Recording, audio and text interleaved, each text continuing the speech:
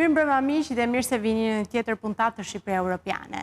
Jemi sërish së bashku në takimin tonë të përjavshëm referuar integrimit në Bashkimin Evropian për të ndalur një tjetër tematik shumë dinamike dhe shumë të diskutuar. Do ndalemi sot tek pasuritë e paluajshme dhe tek tregu imobiliar. Si do ndikohet ky i fundit nga procesi i integrimit në Bashkimin Evropian? Do ndalemi edhe tek mënyra se si do vijojnë investimet, sa të interesuar do jenë vlerësit e huaj, si do të ndikojë procesi i integrimit këtë të fundit e shumë të tjera. Pas pak në studio do të na bashkohet eksperti i pasurive të paluajshme, zoti Ervin Demirxhiu, por si fillim do ndjekim insertin dhe rikthehemi pas pak në studio.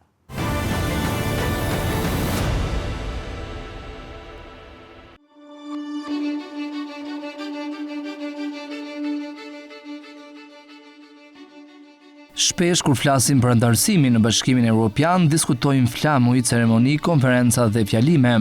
Por antarësimi në BE nuk është një moment festiv, nuk është një ditë feste, është ndryshim ekonomik, një ndryshim i qetë në duke, por i thellë në realitet. BE-ja nuk është thjesht një organizat politike, është një treg, një hapësirë e madhe ekonomike ku rregullat janë të njëjta për të gjithë, dhe kur Shqipëria hyn në një treg, ajo nuk hyn për një foto simbolike. Ajo hyn për ndryshuar mënyrën si prodhon, si shet, si punson dhe si konkuron. Çfarë ndryshon ditën që futemi në tregun evropian? Nuk ndryshon flamuri, nuk ndryshon gjua, nuk ndryshon kultura. Ndryshon mënyra si funksionon ekonomia.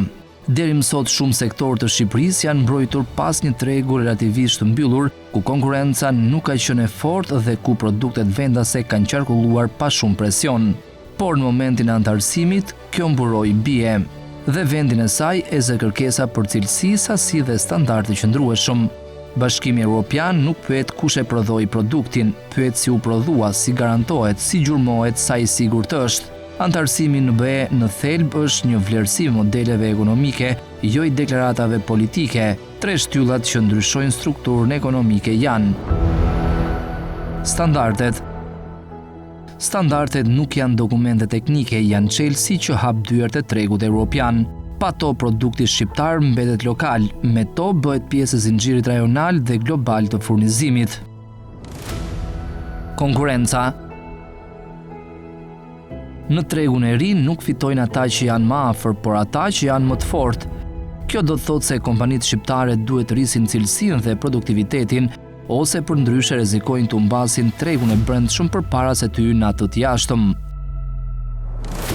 Strukturimi i biznesit. Bizneset familjare të vogla dhe të paorganizuara nuk mund të konkurrojnë në një treg të hapur. Vlera krijohet nga bashkimi, konsolidimi, kooperimi modern, nga krijimi i ndërmarrjeve të qëndrueshme që din të planifikojnë dhe të investojnë. Fitimet nuk vijnë nga shitja, por nga besueshmëria. Në tregun evropian, një produkt nuk vlen për atë që duket, por për atë që provohet. Dhe kjo është arsyeja pse antarësimi në BE nuk ka të bëjë me identitetin, por me kapacitetin, me aftësinë për të qenë i besueshëm. Nëse një biznes shqiptar tregon se është i aftë të prodhojë me cilësi të qëndrueshme, të gjurmueshme dhe në sasi të rregullt, ai nuk fiton thjesht akses në treg, ai fiton vend në zinxhirin ekonomik evropian. Kjo është shumë e madhe se shitja sporadike në eksport. Ky proces nuk është emocional, është racional. Ai nuk shpërblen historinë, traditën apo qëllimin e mirë, por përgatitjen. Shqipëria duhet ta kuptojë se integrimi evropian nuk është dekor mbi ekonominë, është rindërtimi i themeleve. Antarësimi në BE nuk është moment, por një proces, jo pasojë e politikës së ditës, por rezultati i transformimit ekonomik. Dhe kjo na çon te pyetja kyçe: a jemi duke u përgatitur për tregun që vjen, apo po festojmë ende për tregun që mbyllet? Sepse në ekonominë e hapur evropiane nuk fiton ai që hyn, fiton ai që qëndron.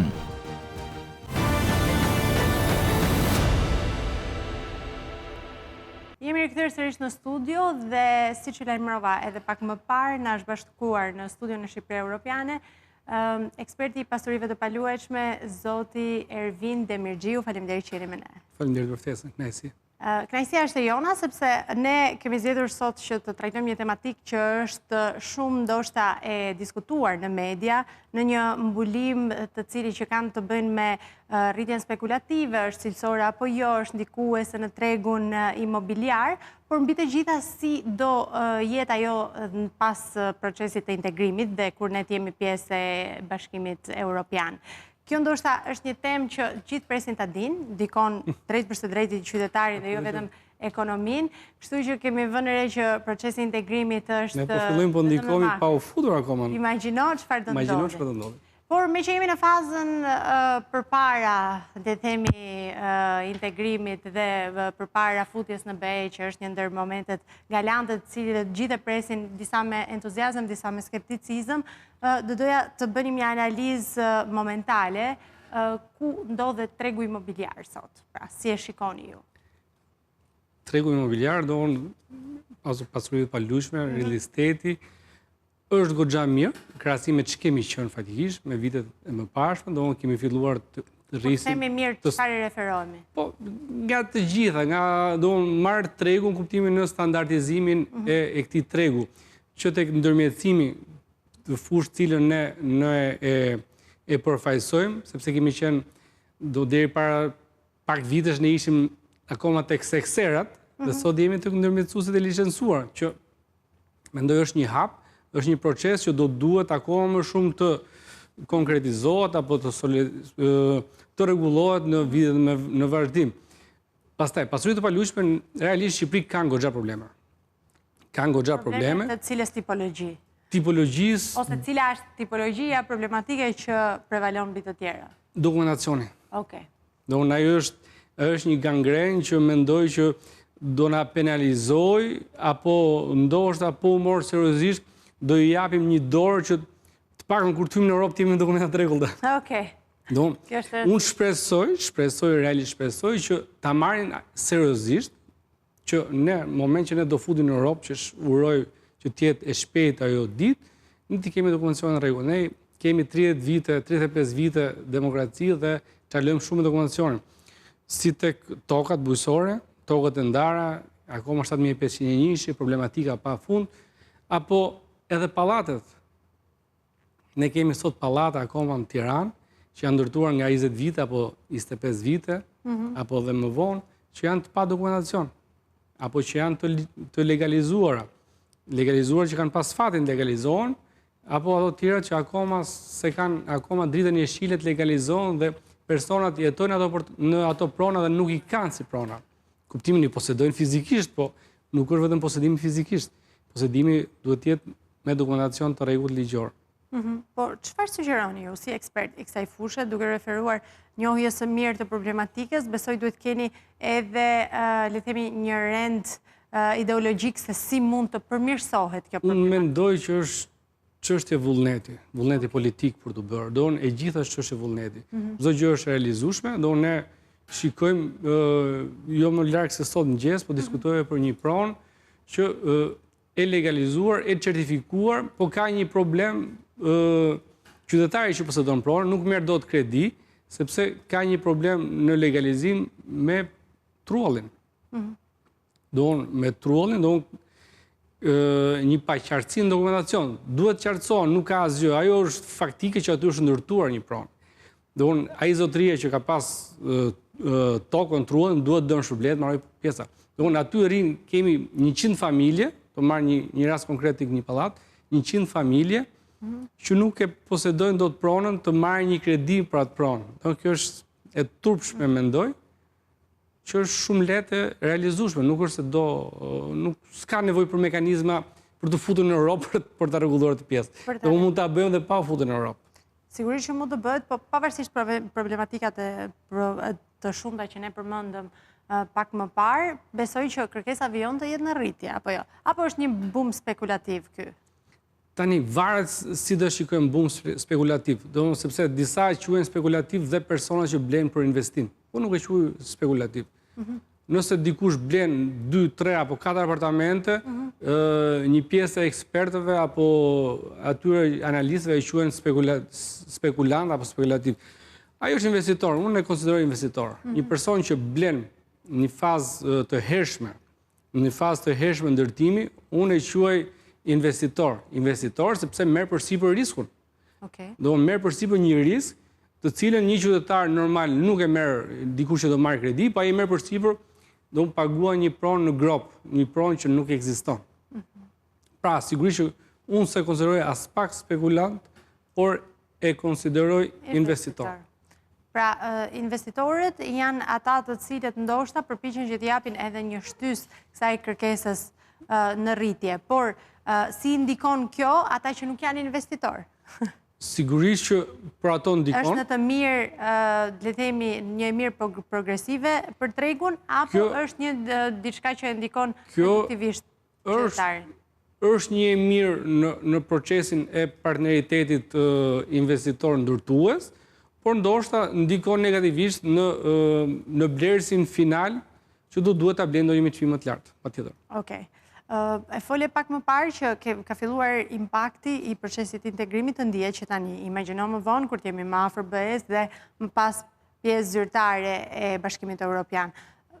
Cilat janë ato ndryshime që kanë filluar të ndihen në optikën tuaj profesioniste? Momentalisht ndihen çmimet, ndihen të huajt që e nuhasin këtë pjesë që ne një moment të dytë do bëhemi pjesë e BE-s, vinë dhe përfitojnë nga çmimet, që aktualisht janë konkurruese për tregjet europiane, po themi. Sigurisht për ekonominë tonë janë të shtrenjta, dhe do jenë akoma më të shtrenjta në një moment të dytë.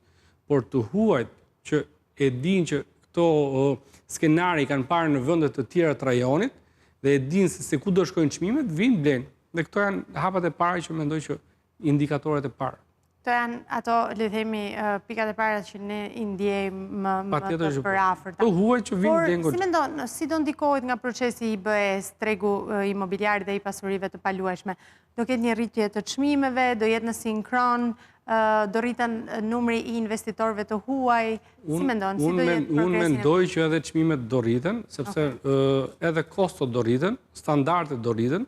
Nuk do flasim për standarde që jemi tani. Në moment që ne do futim në BE, sigurisht e standardet e ndërtimit do rriten akoma më shumë. Në moment që do futim në BE, do rriten dhe rrogat. Do rriten rrogat. Sigurisht që këto do ndikojnë të gjitha dhe tek produkti final, që është çmimi final i një ndërtimi. Dhe sa më shumë të rriten standardet, sa më shumë të rriten rrogat apo kërkesat për një pronë, sigurisht që do ndikojnë direkt në çmim. Do ndikojnë në çmim, por nëse në këtë fazë që është tregu imobiliar në Shqipëri, po shihet si mundësi për investitorët e huaj.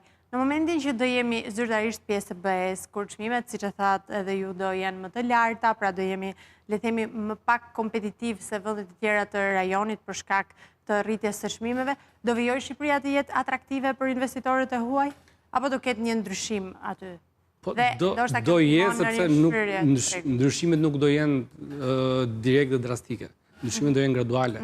Nuk është se ne u futëm sot në BE dhe sot ndryshon gjithçka nga e. Ndryshimet unë mendoj që do jenë graduale derisa të stabilizohet. Në fund fare ne jemi ekonomi tregu dhe jemi kërkesë ofertë. Në moment që do kemi kërkesën e shtuar dhe oferta, mendoj që do i përgjigjet kërkesës shtuar dhe sigurisht që do balancohen. Do vetë balancohet tregu, mendoj. Sigurisht për ne si treg vënda, si shqiptar, do jetë pak problem për ekonominë tonë, por shpresoj që të rritet ekonomia. Do të rritet ekonomia, por përveç impaktit që do ketë në rritjen e çmimeve dhe në deformimin, nëse mund ta quaj që do t'i bëj tregut aktual që të çmimeve dhe të pasurive të paluajshme, a do të ketë edhe një ndikim në spektret e tjera për sa i përket pasurive të paluajshme, pra a do ndikojnë standardet e BE-s të cilat janë të detyrueshme për të plotësuar në endet rregulatore të ndërtimit dhe të transparencës? Patjetër që po, mendoj që po. Mendoj që do ndikojnë. Biles po të shikosh, ka disa institucione që po merren me azhurnimin dhe në ngritjen e standardeve të çdo procedure. Që nga tatimet, mënyra punësimit e tjerë, pagat, janë gjithë që të shkojnë sinkron dhe mendoj që do jenë shtrëngime të cilat në fund fare ne lidhim gjithçka me çmimin. Shtrëngime që në fund fare çmimin do shkojnë një çmim më të lartë. Se çdo shtrëngim, çdo shtesë, çdo kosto, sigurisht që aty do shkojë. Do akti final është një çmim më i fryrë, mendoj. Po, në çfarë faze ndodhet? Folim pak më parë për situatën që ndodhet në pasuritë e paluajshme momentalisht, por çfarë mendoni që do impaktohet më së tepërmi, duke u referuar edhe fazës në të cilën ndodhet tani tregu imobiliar? Mendoj që për sa i përket tregut, mendoj që ndikim më të madh do ketë Bregdeti. Nëse do flasim për impaktim, do ketë impakt më të madh do ketë Bregdeti, sepse është i lakmuar goxha dhe në momentin që ne flasim nga tuajt, por që do ketë goxha më shumë impakt në momentin tjetër. Nëse sot për shembull të huajt e kanë të vështirë të blejnë një objekt apo tokë bujësore apo truall, besoj me futin BE do kenë akoma më të lehtë për të blerë tokë, cilët do ndikoj direkt dhe në rritjen e çmimeve, mendoj. Edhe pjesa e tokut, Bregdeti sigurisht që shumë më shumë. Që edhe investitorët do të jenë më të interesuar. Do të jenë më të interesuar, do të kenë shumë më shumë facilitete për të blerë. Sot nuk është se ka një problem për të blerë një apartament një huaj, blen shumë kollaj, por mendoj që do jetë akoma më kollaj një moment të dytë, apo akoma më shumë garanci për të blerë. Blen shumë kollaj, i referoheni edhe... I referohen procedurave. Procedurave, po duhet marrë parasysh edhe informalitetet dhe problematika që folëm pak më parë. Pse shqiptarëve i kushtojnë këto dhe të huajve ndoshta është një... Të huajt, kur vinë të huajtu, vinë për çmimin vinë. Sigurisht në vendet që janë ato janë çmimet shumë më të larta, apo ne jemi goxha më ullët se rajoni, edhe se Malizi, edhe se Greqia po. Flasim për pjesën e Bregdetit dhe prandaj e preferojnë Shqipërinë. Do kryesisht vinë për çmimin. Edhe lehtësia e blerjes. Do një huaj blen, thash, nuk ka shumë procedura për të blerë, siç blen një shqiptar, mjafton të ketë parat në rrugë bankare, rrugë të sigurta, nëpërmjet notarit dhe bën blerjen. Nuk ka shumë procedurë, është shumë e thjeshtë. Po në momentin që ne do jemi pjesë zyrtare e Bashkimit Evropian, do jetë më e thjeshtë apo më e vështirë blerja një prone? Unë mendoj që do jetë më e thjeshtë dhe përveç thjeshtësisë do ketë dhe garancinë. Nëse sot ai vjen me skepticizëm, për shembull blen një pronë që nuk është certifikuar, mendohet 2 herë për të blerë një pronë që nuk është certifikuar, në moment që ne do futemi në BE nuk do mendohet më fare ta blej një pronë. Ndoshta do rregullohet dhe do shkojmë tek pjesa e parë që tham, tek standardizimi. Ndoshta do duhet që një pronë të certifikohet që në fazat e para për t'u përshtatur tregut. Të ndalim pak tek qytetarët shqiptar ose tek mënyra se si do e ndjejnë ato këto ndryshimet e volitshme që qytetarët shqiptar të blejnë sot se nesër do jenë shumë vonë. Të blejnë sot, ky është apeli që i bëjmë në studion. Ky është apeli, do vi një moment që ne Bregdetin ton nuk do arrim ta prekim dot, do shikojmë nga televizori se ndoshta do na vënë të traun atje poshtë, siç dim të vende që ti nuk futesh dot, patjetër. Do jetë mendoj të blejnë sot. Por duhet marrë parasysh edhe kostot e larta, sepse dhe aktualisht le të themi që nuk është shumë i favorshëm. Të larta janë, por do bëhen dhe më të larta. Do bëhen dhe më të larta. A mendoni që gjatë afrimit të BE-s, të Bashkimit Evropian, do të jenë më të favorshme edhe kredit në sensin që do të jetë më lehtë për të marrë, duke referuar edhe standardizimi që do bëhet? Patjetër që po. Jo se sot nuk përjepet me kredi, ndoshta tuajt sot e kanë problem të marrin kredi në Shqipëri, por ndoshta duke qenë si tuaj, në moment që do futen në BE do kenë edhe shumë kollaj për të marrë kredi të tuajt, dhe pse jo të investojnë nëpërmjet kredisë. Gjë që sot e kanë shumë të limituar pjesën e kredisë tuajt.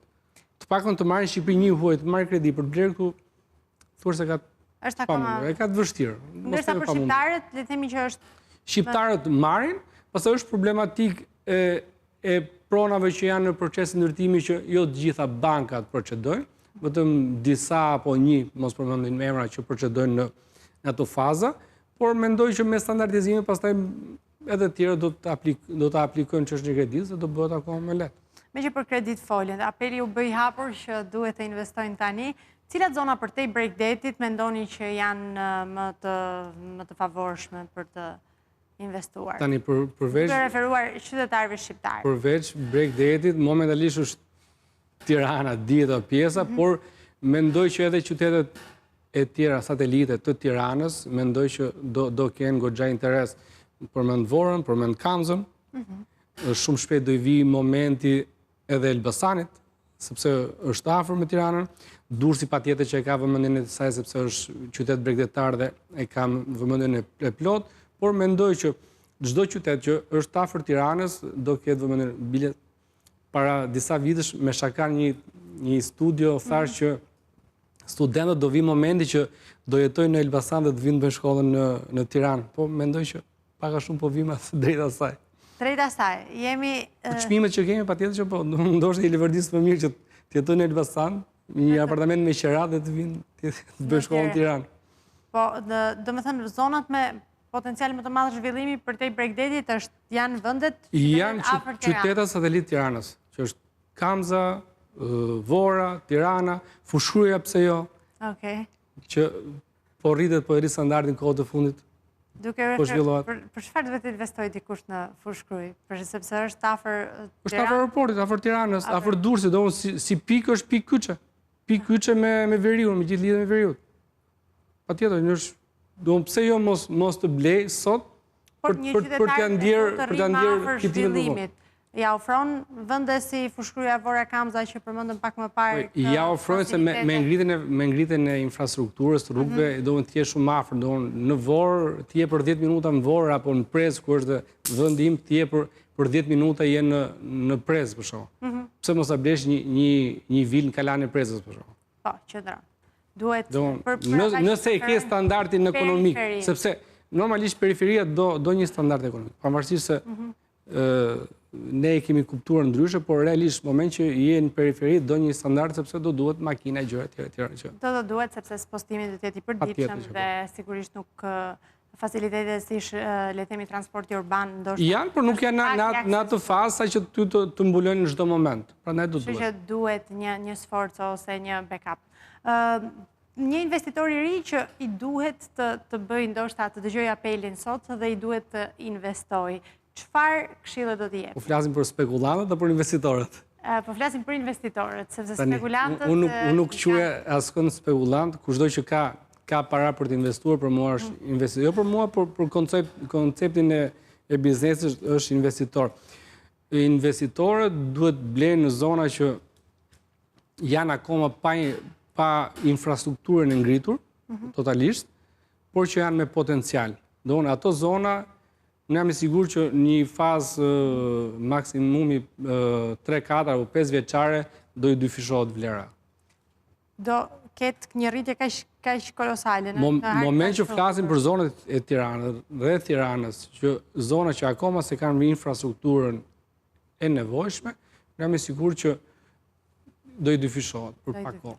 Do kemi pasur parasysh zonën e se tani Ysberisi nuk është më periferi është pjesë e Tiranës, plot kuptimin që kemi pas çmime para 7 vjetësh apo 6 vjetësh dhe me 400 apo me 500 edhe me 600 sot është 1500. Apo zona e Paskuqanit. Do filloj me tjetër çmim, apo marrim një kompleks që është në autostradë. Filloj me 500 euro sot e ke 1200-1300. Pra, moment që e ke nuhatjen për një zonë që do zhvillohet, blej, investo, sepse ti je sigur që do dalësh goxha i fituar. Për çfarë duhet jeti kujdesshëm një blerës i ri? Një blerës i ri do të jetë shumë i kujdesshëm për investitorin, do kush ndërton.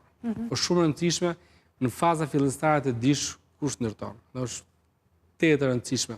Për çfarë duhet jetë e rëndësishme? Është rëndësishme sepse në radhë parë një investitor i sigurt, që ka një CV të mirë, themi, punësh, e dim shumë mirë që do rritet, do zhvillohet, nuk do ngeci. E fundit fare më e keqe është që mund të ngeci, nuk e çon dot projektin deri në fund dhe je i dek, nuk i merr dot kurrë të para. Okej. Dhe prandaj quhet investitor dhe jo spekulant, sepse ti investon, futesh në një biznes që nuk e di se si të dalësh. Dhe realisht ajo faza ashtu është.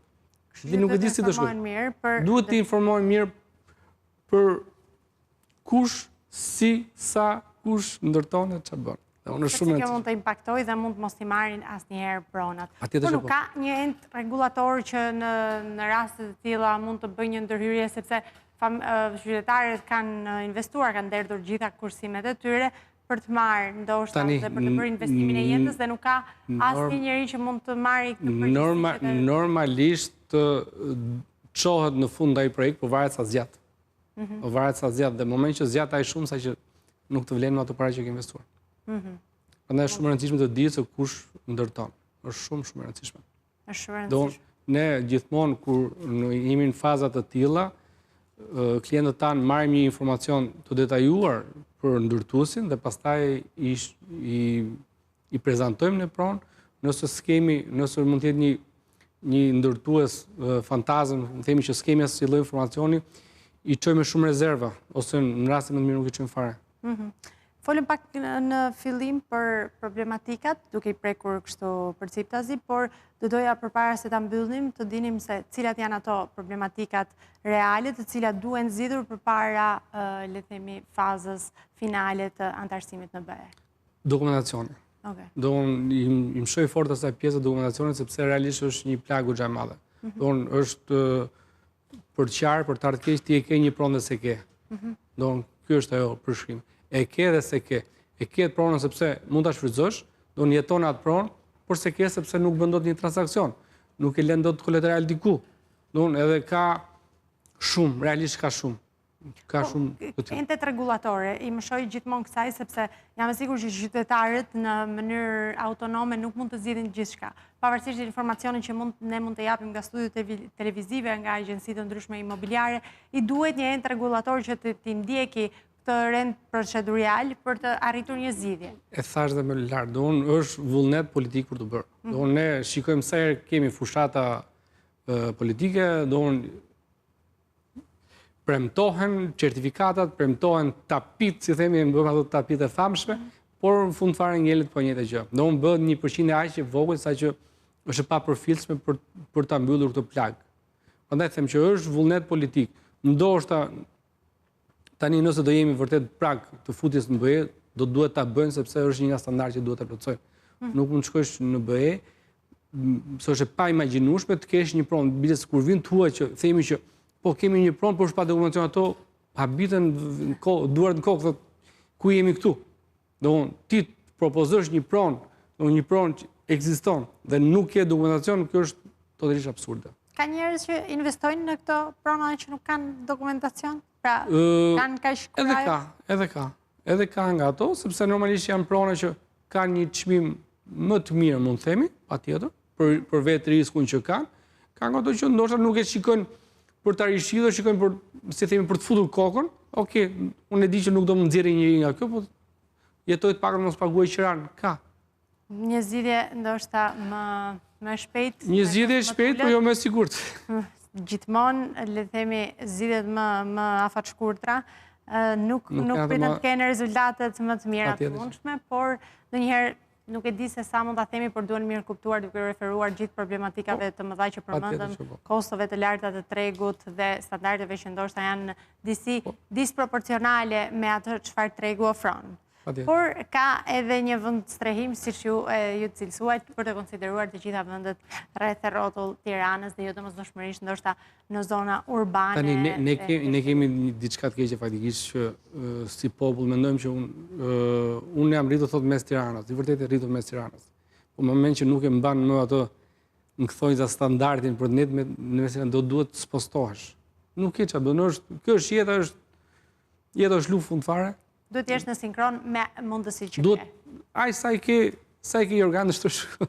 Dështëshkë, më të është një thënje e vjetër popullore. Pikrisht. Ervin, më falenderoj shumë që ishe në Shqipëria Europiane dhe uroj që të kemi edhe në vijim për të folur për të tjera pika ndoshta kyçe, sepse sot bëm një intro disi më në makro për të folur për tregun imobiliar, por sigurisht ka shumë për të diskutuar edhe është një treg ndoshta ndër më dinamikët dhe një treg që le të themi ka ato luhatjet, ndonjëherë reduktive, ndonjëherë progresive, por që qytetari është impaktuar në mënyrë direkte për shkak sepse është diçka jetike, një investim jetik për secilin prej tyre. Faleminderit. Sidomos me shqiptarët që ne pronën e kemi, shtëpinë e kemi gjën kryesore, ne them shkrim jetën për të marrë një shtëpi, do kuptim që me kredira, me gjëra, me borxhe, thjesht kemi shtëpinë dhe kemi shumë të domosdoshme. Është shumë, por mendoj që nuk duhet të shkrit gjithë ato fazat. Duhet të investojnë në, kjo është këshilla e fundit që ju i jepni qytetarëve, pra apeli që duhet të investojnë në biznes më përpara se një shtëpi? Tani, mos me lejo pozicioni që kam të investojnë në biznes, po edhe shtëpia sot është për biznes. Po të investojnë, ne kemi shumë persona që sot jetojnë vetëm me qira. Unë kanë investuar zgjuar, do në vite më parë, kanë investuar zgjuar, kanë disa apartamente dhe jetojnë me qerat. Jetojnë me qera afatgjata, po edhe ato që janë akoma më zgjuar dhe më punëtor, jetojnë me qerat afatshkurtra. Do në qerat ditore që japin pronat e tyre. Do në që është biznes i mirë fillt. Do në edhe kjo është një biznes i mirë fillt nëse e ke ato nuhatën dhe zgjuarësim për të bërë. Dhe do zhvillohet, besoj, me procesin e integrimit. Absolutisht që po. Nga investitorët e huaj. Faleminderit edhe njëherë. Edhe së bashku ndajmi këtu të dashur miq, ju lë takim të martën tjetër, si gjithmonë në ekranin e televizionit Skan në orën 20:00. Deri atëherë, mirë takofshim.